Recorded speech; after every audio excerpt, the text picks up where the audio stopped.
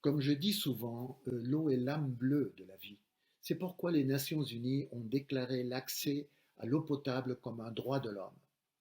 Mais de la même façon que nous avons besoin de boire, nous devons aller aux toilettes tous les jours pour nous soulager et pour assurer notre hygiène, y compris, ne l'oublions pas, l'hygiène menstruelle des femmes.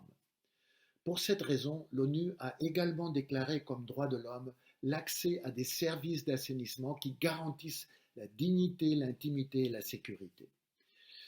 À l'heure où les grandes villes se développent dans le monde, en particulier en Afrique, nous ne pouvons pas oublier que l'accès à l'eau potable et l'assainissement ne peut pas être un privilège de ceux qui vivent dans les quartiers les plus riches, mais plutôt un droit humain de tous.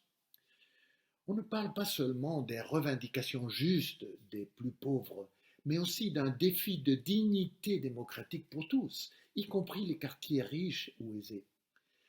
Le défi va encore même plus loin. Si nous voulons regarder vers l'avenir, nous devons pas seulement nous occuper de l'eau de nos robinets, mais nous devons aussi prendre soin de nos rivières, de nos fleuves, de nos aquifères, car ce sont eux qui nous donnent à boire. Une grande ville peut tuer une rivière ou un fleuve si elle ne purifie pas ses retours. Mais en tuant nos rivières, nous tuons aussi des milliers de personnes vivant en aval. Les grenouilles et les poissons meurent en premier. Mais ensuite, les gens tombent malades et meurent, généralement dans les familles les plus pauvres. L'Afrique est un grand continent plein de vie qui regarde vers l'avenir. Construisons à partir de l'Afrique ce monde que les jeunes Africains méritent.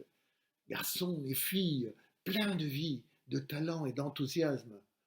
Un monde qui est possible parce qu'il est nécessaire. C'est votre monde, les jeunes Africains, mais aussi c'est notre défi, celui de tous.